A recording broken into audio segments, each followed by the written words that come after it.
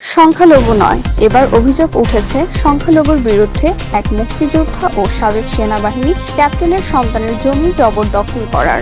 নোয়াখালীর কবিরহাটের মুক্তিযোদ্ধা ও সাবেক সেনাবাহিনীর ক্যাপ্টেন আবুল হোসেনের সন্তান হুমায়ুন কবির এই অভিযোগ করেছেন স্থানীয় সংখ্যালঘু উত্তম কুমারের বিরুদ্ধে।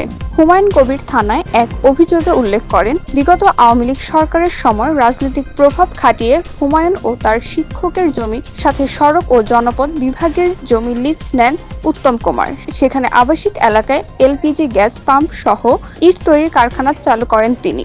ভারতচন্দ্র কংদের নিকট থেকে 25% জায়গা এবং 16% জায়গা, মোট 41% জায়গা খরিদ করি।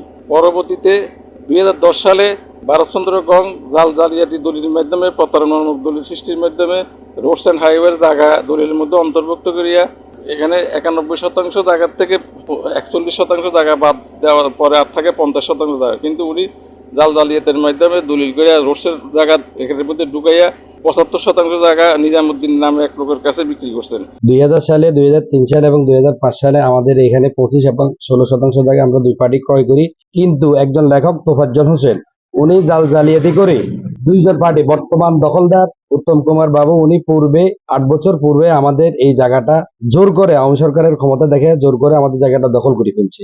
এখন পট পরিবর্তনের পরে আমরা আমাদের জায়গাটা কাগজ হিসেবে মূল জায়গাটা আমরা যখন গিরট দিয়েছি, আমাদের জায়গাটা আমাদের নিয়ন্ত্রণ নিয়েছি, এখনো উনি প্রভাব খাটিয়ে আমাদের জায়গাটা আমাদের থেকে ছিনিয়ে নেওয়ার জন্য বিভিন্নভাবে বিভিন্ন প্রভাবশালী ব্যক্তিদের মাধ্যমে আমাদেরকে হেনস্থা স্বীকার করতেছে। উত্তম কুমার সংখ্যালঘু হওয়ায় তাকে কিছু বললে মামলার ভয় দেখিয়ে ও রাজনৈতিক প্রভাব খাটিয়ে হুমায়ুন কবির ও তার শিক্ষকের জমিটি জবরদখলের পায়তার করছে। বর্তমানে ভুক্তভোগীদ্বয় পরিবারটিকে হত্যার হুমকি সহ বাড়ি থেকে তাড়িয়ে দেওয়ার ভয় ভীতিও দেখাচ্ছে। পরে পরিবার দুটি নিরাপত্তাহীনতায় ভুগছে।